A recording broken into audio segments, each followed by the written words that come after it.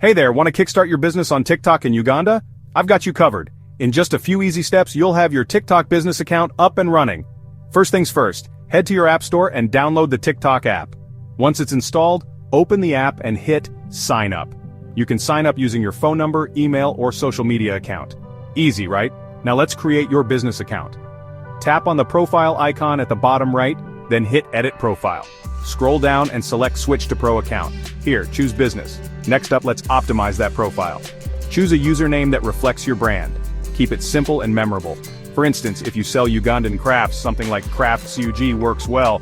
Now pick a profile picture, make sure it's high resolution and represents your business.